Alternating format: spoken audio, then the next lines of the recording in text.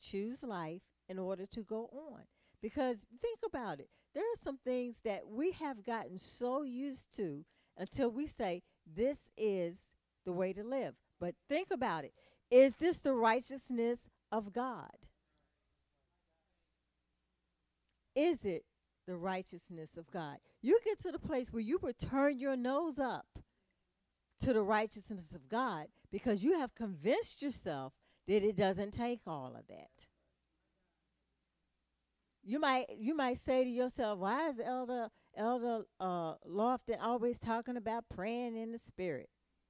It doesn't take all. Evidently, it does.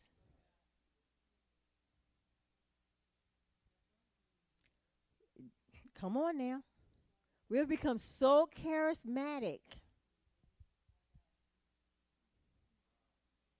It's nothing wrong with being charismatic, but there's need to be a balance. Until we have adapted such a lifestyle of the old, the former. Hmm?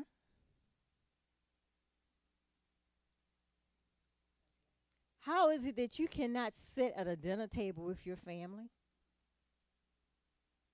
You can't sit at the dinner table because somebody at the dinner table getting on your nerves. But you all love the Lord. It's definitely something wrong with that. You rather go eat out of a bag in your corner, doing whatever you want to do, instead of coming face to face. I'm telling you, we got to deal with these things on every level, every level.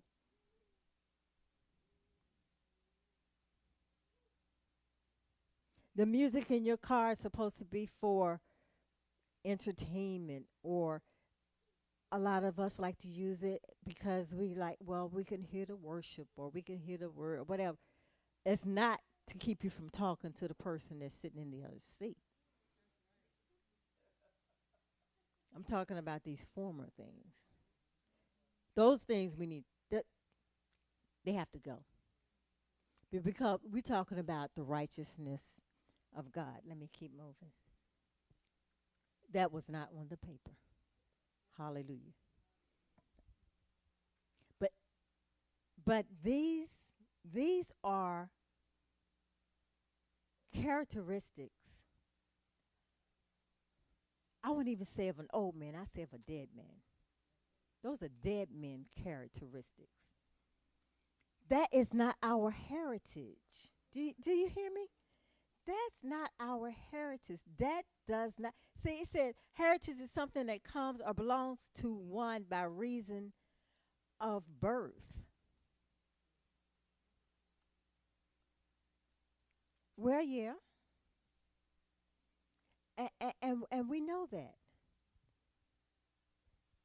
What's your heritage? Oh, you know I'm African American. You know I'm a Jew. You know I'm a whatever.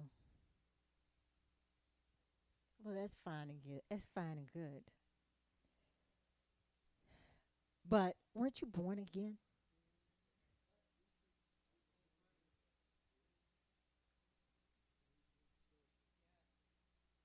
Natural roots are good.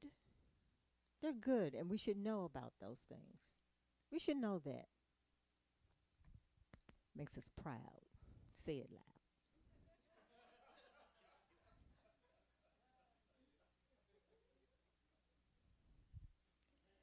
But you were born again. Were you? You were born again. But you know what? See, I know I was born again. I know I was born again because when I was born again, I didn't live the same way that I. And I'm talking about this is before I got the knowledge of the word. See, up until I was born again, I had knowledge of the word. See, I grew up in the church. I had knowledge of the word, but it wasn't alive. You hear what I'm saying?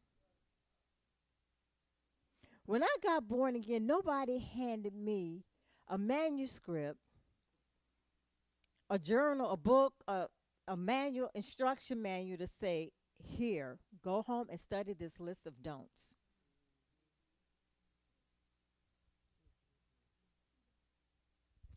That did not happen. I have to go old school, Elder Della. We got to go old school.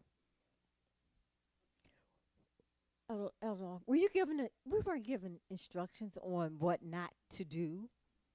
Okay, now, you know you can't do this, you can't do that, you can't do this, you can't do that. But see, there was something on the inside, Elder Monica. You know what I'm talking about. There was something on the inside that said, not, I don't, you can't do it. There was no desire. It's like your taste changed. No. I have found a new and a living way. I found a better way. It's something far greater. See, I'm no longer looking, I'm looking at a new man. I have a new set of peers now. I'm not trying to keep up with that crowd over there. Because, see, there's something inside of me that's yearning. Because I have a new love. Do you hear what I'm saying? I have a new love. And I want to appreciate, and I just want to worship that one. That's who's on my mind right now. It's not a crowd. It's not another man. It's not a group. I want to please the Lord. So see, these former things, you see what I'm saying? They leave because they have no place here. They cannot reside here. And you know what? You know what I'm excited about to say? See, it wasn't like I was 40 years old. See, some of y'all think that's old. But anyway, it's not like that. I was 18 years old.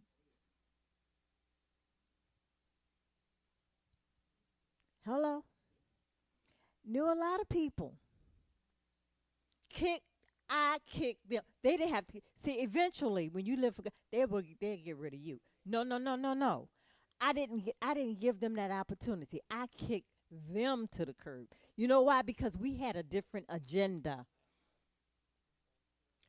If you want to hang with me, then you have to go where I go. Because I'm going to be where the Lord is. I'm going to be there in my heart. I'm going to be there physically sometimes.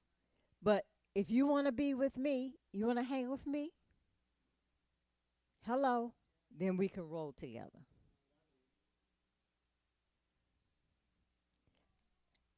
And see, that's what it takes. But see, you have to make up in your mind. You have to come to some conclusions. If you're so torn with the former, then you have to check yourself. Pastor Joe talks about that all the time. Check yourself. Check yourself.